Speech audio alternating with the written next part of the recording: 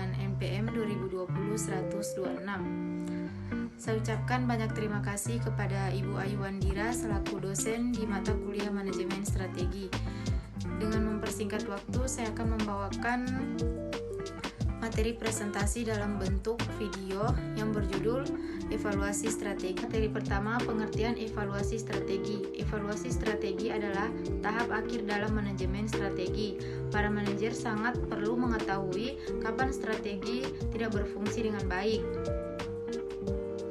Evaluasi diperlukan untuk mempelajari strategi tersebut berhasil atau gagal. Proses evaluasi juga biasanya dijadikan pembelajaran untuk perumusan strategi selanjutnya. Proses biasanya melihat keberhasilan strategi dari beberapa faktor seperti peningkatan penjualan, pendapatan perusahaan, atau perusahaan setelah strategi dilaksanakan. Richard Rummel memberikan 4 karakteristik dalam mengevaluasi strategi. Yang pertama, konsisten. Sebuah strategi harus konsisten pada kebijakan dan juga tujuan strategi itu sendiri, di mana permasalahan dalam organisasi kadang dapat menyebabkan strategi tidak konsisten. Dan yang kedua, kecocokan. Faktor eksternal dan internal harus cocok. Dan yang ketiga, kemungkinan sebuah strategi jangan sampai membuat permasalahan baru dan sulit untuk diselesaikan. Dan yang keempat, keuntungan. Sebuah strategi harus dapat menyediakan pembuatan atau pengaturan dan keunggulan kompetitif. Keunggulan kompetitif seperti sumber daya.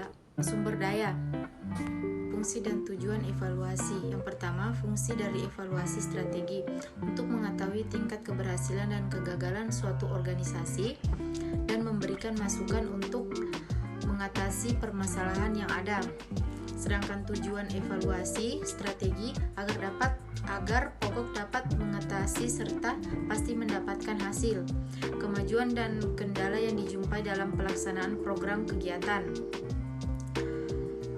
Ada 4 faktor evaluasi yang meliputi. Yang pertama, evaluasi masukan. Yang kedua, evaluasi proses. Yang ketiga, evaluasi keluaran. Dan yang keempat pun karakteristik evaluasi strategi. Semua penyusun strategi sepakat bahwa evaluasi strategi sangat vital bagi kelangsungan organisasi. Evaluasi strategi meliputi 3 aktivitas. Yang pertama, memeriksa dasar strategi perusahaan. Yang kedua, membandingkan hasil yang diharapkan dengan aktual. Dan yang ketiga, mengambil tindakan koreksi untuk kinerja sejalan dengan rencana. Berikutnya, teknik evaluasi. Ada 2 teknik evaluasi. Yang pertama, audit manajemen. Didefinisikan sebagai penilaian sistem manajemen perusahaan untuk menentukan apakah sistem tersebut beroperasi secara efektif dan untuk memperkirakan risiko yang mungkin timbul apabila sistem tersebut tidak beroperasi secara efisien. Dan yang kedua, teknik balancing scorecard. Mulai banyak perhatian dari para praktisi bisnis dikarenakan kemajuan teknologi sangat pekat. Penaikan pada teknik ini adalah perbaikan yang berkeseimbangan, bukan sekedar pencapaiannya suatu tujuan yang. Adapun proses evaluasi strategi, di mana evaluasi strategi merangsang sikap kritis terhadap ekspektasi dan asumsi yang ada. Evaluasi strategi harus dijalankan secara kini sehingga cepat mengambil tindakan korektif bila diperlukan. Ada 3 proses evaluasi strategi. Yang pertama, mengatasi ulang landasan strategi. Yang kedua, mengukur kinerja organisasi. Dan yang ketiga, tindak korektif. Materi berikutnya, kerangka kerja evaluasi strategi. Yang pertama, menelaah berdasarkan strategi. Menelaah prinsip dasar strategi organisasi dapat dilakukan dengan melakukan revisi terhadap matriks EVA dan IVA.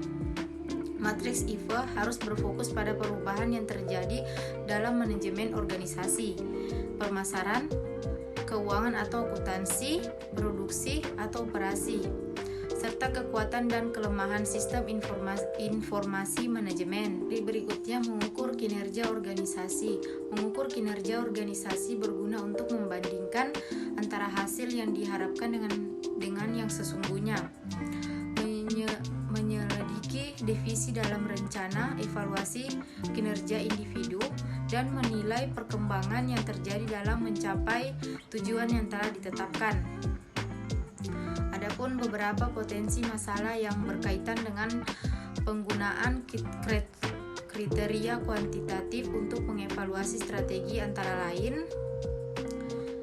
Yang pertama, sebagai besar kriteria kuantitatif lebih mengacu pada tujuan tahun daripada tujuan jangka panjang. Yang kedua, metode akuntansi yang berbeda biasa menghasilkan hasil yang berbeda dalam berbagai kriteria kuantitatif. Dan ketiga, penilaian secara intensif hampir selalu dilakukan dalam penjabaran kriteria kuantitatif. Fritz R. David